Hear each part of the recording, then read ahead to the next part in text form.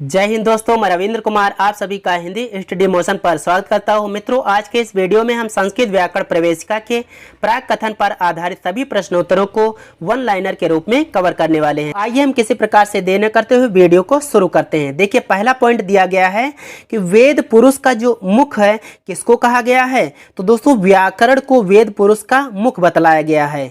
वेद पुरुष का मुख किसको कहा गया? तो दोस्तों, व्याकरण को कहा गया है। अगला दिया गया है, इसी संबंधित व्याकरण के आगे हो जाएगा कि उच्चारण पर किस वेदांग में विचार किया गया है। तो दोस्तों, शिक्षा नामक वेदांग में उच्चारण पर विचार किया गया है। जैसा कि आपको पता होगा कि वेद के 6 अंग माने गए हैं: शिक्षा, कल्प, निरुक्त, व्याकरण, छंद, ज्योतिष। तो यहाँ पर 2 वेदांगों की बात हो गई। एक तो व्याकरण जो कि वेद पुरुष का मुख कहा गया है, और शिक्षा नामक वेदांग। जैसा कि आपको पता होगा, वेद को वेद पुरुष कहा जाता है, इसीलिए यहाँ पर मुख की बात आ गई। तो वेद पुरुष का मुख व्याकरण को कहा गया। अगला उच्चारण पर जो विचार किया गया है वो है शिक्षा नामक वेदांग में। फिर शिक्षा से संबंधित अगला पॉइंट हो जाएगा कि शिक्षा के प्रतिपादन के लिए किसकी रचना हुई। तो दोस्तों, प्रातिशाख्यों की रचना शिक्षा नामक वेदांग के प्रतिपादन के लिए हुई है। फिर अगला देखते हैं। अगला दिया गया है, शब्द निरुक्त संबंधी ग्रंथ कौन सा है। तो दोस्तों, शब्दों का जो निर्वचन किया गया है ये है निरुक्त नामक ग्रंथ में। निरुक्त नामक ग्रंथ में शब्दों का निर्वचन किया गया है। अगर पूछ ले कि निरुक्त नामक ग्रंथ किसका है, तो दोस्तों अगला पॉइंट दिया गया है यहाँ पे कि यास्क की रचना कौन सी है। तो ये है निरुक्त। यानी यहाँ पर आपको स्पष्ट हो गया होगा कि निरुक्त के रचनाकार कौन है। तो ये हैं दोस्तों यास्क आचार्य। चलिए हम आगे, यास्क का नाम आया है तो इनसे संबंधित अगला पॉइंट लेते हैं। यहाँ पर अगला दिया गया है कि शब्दों का चतुर्विध यानी 4 प्रकार से विभाजन किसने किया है। तो दोस्तों, आचार्य यास्क ने किया है, लेकिन 4 प्रकार का विभाजन कौन सा है? ये है नाम, आख्यात, उपसर्ग और निपात। अब परीक्षा में आ जाएगा कि शब्दों का चतुर्विध विभाजन में से कौन सा नहीं है। तो वहाँ पर कोई 3 दिया गया होगा, एक अला का कोई दे देगा, वहीं पर आपको उसको नहीं वाले को टिक करना होगा कि वो अला नहीं है। बाकी ये 4 को आपको याद रखना है। अगर ये आ जाए तो ये सभी हैं। चलिए आगे हम यास्क आचार्य से संबंधित लेते हैं। अगला पॉइंट ये है, सर्वप्रथम यानी सबसे पहले शब्दों का चतुर्विध विभाजन किसने किया है। तो दोस्तों, यास्क ने किया है। ये हमने पिछला भी पॉइंट कवर किया था। फिर आगे, सारे शब्दों का आधार क्या है, यानी जितने भी शब्द अस्तित्व में आए वो किससे आए। तो सभी धातु से आए हैं। यही यहाँ पर कहा गया धातु समूह, यानी सारे शब्दों का आधार है धातु समूह। जितने भी शब्द हैं सभी किसी न किसी धातु से ही निकले हुए हैं। ये ऐसा किसने कहा? अगर ये भी पूछ ले तो आपको बताना होगा आचार्य यास्क ने ऐसा बताया है। फिर अगला है, यास्क का समय क्या है। तो अनुमानित बताया गया है संस्कृत व्याकरण प्रवेशिका में भी, इसलिए आपको अनुमानित ही याद रखना है। तो यास्क का समय 800 ईसा पूर्व बताया गया है। अच्छा, 800 ईसा पूर्व मतलब ये हुआ कि ईसवी सन से 800 वर्ष पहले। अगर आज से पूछ ले तो आज से लगभग 2822 वर्ष पहले। अगला पॉइंट देखते हैं। अगला है, पाणिनि की रचना कौन सी है। तो ये है अष्टाध्यायी। अच्छा, अष्टाध्यायी, इसका नाम अष्टाध्यायी कैसे पड़ा हुआ होगा? क्योंकि इसमें 8 अध्याय हैं। जैसे आगे देखते हैं। आगे है, अष्टाध्यायी में अध्यायों की संख्या कितनी है। तो दोस्तों 8 अध्याय हैं इसमें। अच्छा, 8 अध्याय हैं, इसलिए इसको अष्टाध्यायी कहा गया है। और जिसमें 7 अध्याय हों उसको सप्ताध्यायी, जिसमें 5 अध्याय हों उसको पंचाध्यायी। तो इसको आपको याद रखना है कि अष्टाध्याय में कितने अध्याय हैं। तो आप इसको आसानी से निकाल लेंगे। अष्ट मतलब 8 और अध्याय मतलब अध्याय वाली, यानी अष्टाध्याय में 8 अध्याय हैं। ये तो सिंपल रहा, लेकिन अगला जो पॉइंट होगा ये परीक्षा में फंसाने वाला होता है और यहीं से गलतियां होती हैं। क्या है ये? अष्टाध्यायी के प्रत्येक अध्याय में, यानी हर एक अध्याय में कितने पाद हैं। तो दोस्तों, हर एक अध्याय में 4-4 पाद हैं। अगर आप पूछ ले आपसे कि अष्टाध्याय में कुल कितने पाद हैं, तो आपको पता ही होगा कि जब 8 अध्याय हो गए और हर एक अध्याय में 4-4 पाद हो जाएंगे तो कुल मिलाकर 32 पाद हो जाएंगे। परीक्षा में पूछ लेगा कि हर एक अध्याय में कितने पाद हैं, तो हर एक में 4-4 हैं। तो हर एक में 4-4 हो जाएंगे तो 4-4 है ना। इसी प्रकार से 4-4 जोड़ते जाओ तो कितने हो जाएंगे? 32 हो जाएंगे। अगला देखते हैं। अगला दिया गया है, महर्षि पाणिनि से ही संबंधित कह रहा है कि पाणिनि के पूर्ववर्ती यानी पाणिनि से पहले के आचार्यों के नाम बताइए। तो ये हैं आपसली, काशकृत्स्न, साकल्य, शाकटायन और इंद्र। दोस्तों इन आचार्यों का नाम संस्कृत व्याकरण प्रवेशिका में दिया गया है, इसलिए इनका नाम जरूर ही याद रखना है आपको। फिर अगला पाणिनि के समकालीन आचार्यों की बात कर ले, यानी इनके बराबर के समय के, इनके हमजोली वाले मान लो एक प्रकार से। तो ये हैं कात्यायन, व्याडी और इंद्रदत्त। तो ये 3 आचार्यों का नाम आपको इनके समकालीन में याद रखना है।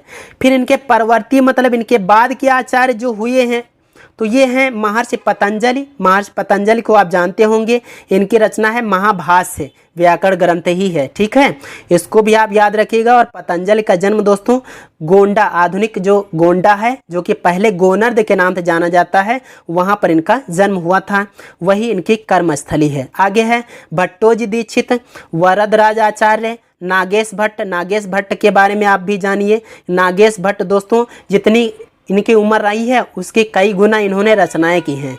मान लो ये इतना सोते, केवल सोते थे मुझे लगता है, बाकी जितनी देर जागते थे उतनी देर पढ़ते और रचनाएं करते थे, ऐसे आचार्य हुए हैं। फिर जयादित्य, वामन इत्यादि का नाम आता है। तो ये रहे इनके परवर्ती आचार्य। चलिए अगला देखते हैं। अगला दिया गया है तैत्तिरीय संहिता के अनुसार सर्वप्रथम व्याकरण ग्रंथ कौन सा है? तो ये दोस्तों है आयेंद्र व्याकरण। अब चलिए हम मेन पॉइंट की बात कर लेते हैं। आपको ये याद रखना है कि आयेंद्र व्याकरण प्राचीनतम व्याकरण है। आयेंद्र व्याकरण सबसे पुराना व्याकरण है। अब तरीका कोई भी हो सकता है परीक्षा में पूछने का, लेकिन जवाब आपका यही होगा, आयेंद्र व्याकरण सबसे प्राचीन व्याकरण है। अब चाहे पूछ ले आपसे कि तैत्तिरीय संहिता के अनुसार सबसे प्राचीन व्याकरण कौन सा है, तब भी आयेंद्र व्याकरण है। आगे पॉइंट हम कवर करेंगे कैसे कैसे पूछ सकता है। जैसे कि आगे इसी आयेंद्र व्याकरण से संबंधित अगला पॉइंट आ जाता है कि आयेंद्र व्याकरण का अनुसरण किसने किया है? तो कलाप व्याकरण ने। यानी कलाप जो व्याकरण है यह आयेंद्र व्याकरण पर ही आधारित लिखा हुआ व्याकरण है। अगला देखते हैं। आगे देखिए दिया गया है कैसे कैसे आयेंद्र व्याकरण के बारे में पूछ सकता है। दिया गया है, ये है थोड़ा सा हटके, कि किसके मतानुसार कलाप व्याकरण ने आयेंद्र व्याकरण का अनुसरण किया। तो यहाँ पर देखिए प्रश्न में भी एक उत्तर छिपा है कि कलाप व्याकरण ने आयेंद्र व्याकरण का अनुसरण किया। यह ऐसा किसने कहा? अगर परीक्षा में ये पूछ ले तो बताना है चीनी यात्री ह्वेनसांग और तिब्बती इतिहासकार तारानाथ के अनुसार। तो चीनी यात्री ह्वेनसांग और तिब्बती इतिहासकार तारानाथ ने बताया है कि कलाप व्याकरण ने आयेंद्र व्याकरण का अनुसरण किया है। ठीक है। अगला दिया गया है कि प्राचीनतम तामिल यानी तमिल भाषा का व्याकरण कौन सा है? तो ये है तोल्कापियम। अगर यहीं पे देखिए कंफ्यूज मत होना, पूछ ले तामिल व्याकरण यानी तमिल व्याकरण कौन सा है सबसे प्राचीन, तो तोल्कापियम। अगर तामिल ना लगा हो, मान लो इसको भूल जाओ, इसको भूल जाओ, लिखा हो प्राचीनतम व्याकरण कौन सा है, तो आपको बताना है आयेंद्र व्याकरण। ठीक है। चलिए अगला देखते हैं। अगला दिया गया है तोल्कापियम की आयेंद्र व्याकरण से समानता किसने दिखाई है? तो ये है डॉक्टर बर्नेल। यानी डॉक्टर बर्नेल ने दोस्तों कहा है कि तोल्कापियम और आयेंद्र व्याकरण ये लगभग एक दूसरे से मेल जोल रखने वाले हैं। तो इसको याद रखिएगा, परीक्षा में ऐसा प्रश्न बन सकता है कि किसने तोल्कापियम और आयेंद्र व्याकरण से समानता दिखलाई है, तो आपको बताना होगा डॉक्टर बर्नेल ने। अगला देखिए दिया गया है डॉक्टर बर्नेल के अनुसार सर्वप्रथम व्याकरण कौन सा है? तो यह है आयेंद्र व्याकरण। हमने बताया ना अभी कि सबसे प्राचीनतम व्याकरण आयेंद्र व्याकरण। तैत्तिरीय संहिता के अनुसार प्राचीनतम व्याकरण आयेंद्र व्याकरण, प्राचीनतम व्याकरण आयेंद्र व्याकरण। अगर पूछ ले सबसे प्राचीन व्याकरण तो आयेंद्र व्याकरण। किसी प्रकार से भी पूछे आपका जवाब आयेंद्र व्याकरण होगा। अगर लग के आ जाए कि तामिल व्याकरण प्राचीनतम, लेकिन तामिल व्याकरण कौन सा है, तो आपको बताना होगा तोल्कापियम। ठीक है। चलिए अगला देखते हैं डॉक्टर बर्नेल से ही संबंधित। इन्होंने कहा है कि आयेंद्र व्याकरण का अनुसरण करके ही कातंत्र व्याकरण और अन्य व्याकरणों की रचना हुई है। तो परीक्षा में प्रश्न बन सकता है कि आयेंद्र व्याकरण का अनुसरण करके किन व्याकरणों की रचना हुई है दोस्तों? तो ये है कातंत्र व्याकरण और कुछ और भी व्याकरण ग्रंथ हैं जो कि आयेंद्र व्याकरण पर आधारित व्याकरण ग्रंथ हैं। अगला देखते हैं। आगे कहा गया है आयेंद्र व्याकरण के संप्रदाय के कौन थे? तो दोस्तों वररुचि और व्याड थे। आपको पता होगा ये जो वररुचि हैं इन्हीं का नाम कात्यायन है। कात्यायन आचार्य, इन्हीं का नाम है वररुचि। तो आयेंद्र व्याकरण के संप्रदाय के थे वररुचि और व्याडी। फिर है आयेंद्र व्याकरण और पाणिनि के पूर्व। आयेंद्र व्याकरण के बाद और पाणिनि के पूर्व कम से कम कितने संप्रदाय हुए? तो दोस्तों 2 संप्रदाय हुए, ऐसा आधुनिक विचारकों का मत है। ये पॉइंट याद रखिएगा कि आयेंद्र व्याकरण के बाद पाणिनि व्याकरण के पूर्व कम से कम 2 संप्रदाय दोस्तों हुए हैं। अगला दिया गया है डॉक्टर वासुदेव शरण अग्रवाल ने पाणिनि का समय क्या बताया है? तो यह दोस्तों है 500 ईसा पूर्व से 400 ईसा पूर्व के बीच में। तो डॉक्टर वासुदेव शरण अग्रवाल के अनुसार 500 से 400 ईसा पूर्व। लेकिन पूछे मैक्स मूलर ने क्या बताया है? तो मैक्स मूलर के अनुसार 350 ईसा पूर्व बताया है। तो अच्छा 350 ईसा पूर्व मतलब ये हुआ कि ईसवी सन जब स्टार्ट हुआ उससे 350 वर्ष पहले की बात है। तो इसको याद रखिएगा। अभी इससे पहले पॉइंट आया था यास्क का समय। यास्क का समय बताया गया था दोस्तों वहाँ पर 800 ईसा पूर्व। और यहाँ पर वासुदेव शरण अग्रवाल ने पाणिनि का समय बताया है 500 से 400 ईसा पूर्व। और पाणिनि का समय मैक्स मूलर ने बताया है 350 ईसा पूर्व।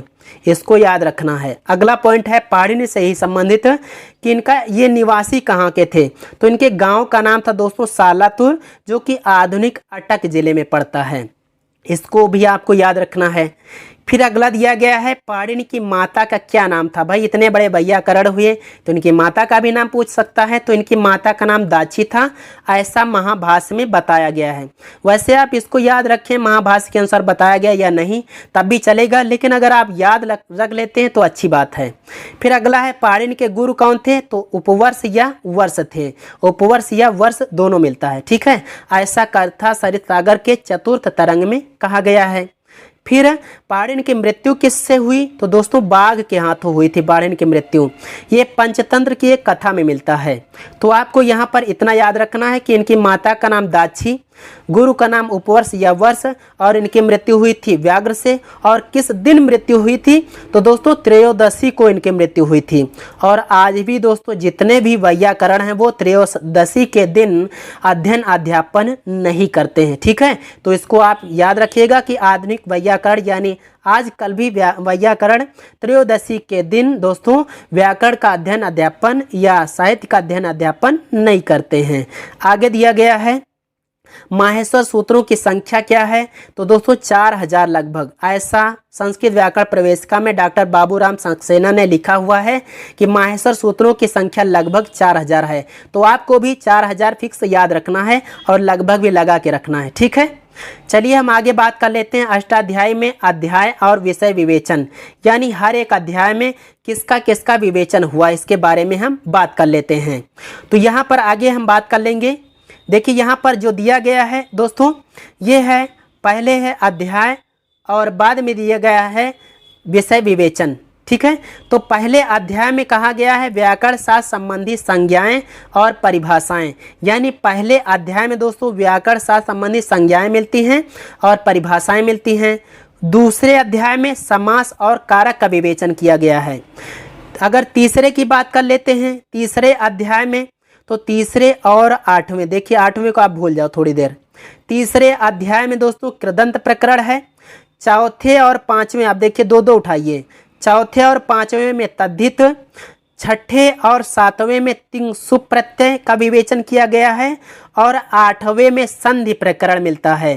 तो इस प्रकार से आपको याद रखना है कि पहले वाले में संज्ञाएं परिभाषाएं, दूसरे में समास और कारक, तीसरे में कृदंत और आठवें बाद में याद कर लेना कि आठवें में संधि भी है कृदंत भी है, ठीक है।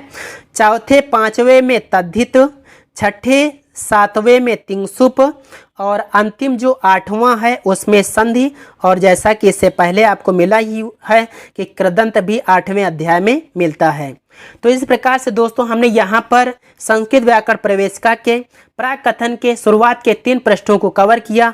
अगले पृष्ठों को हम दोस्तों अगले वीडियो में कवर करेंगे। तो दोस्तों यह वीडियो अगर आपको अच्छा लगा हो तो लाइक करना, चैनल पर नए होना तो चैनल को भी सब्सक्राइब कर लेना, क्योंकि आगे भी हम ऐसे वीडियो लाते रहेंगे। आइए दोस्तों चलते हैं। जय हिंद, वंदे मातरम।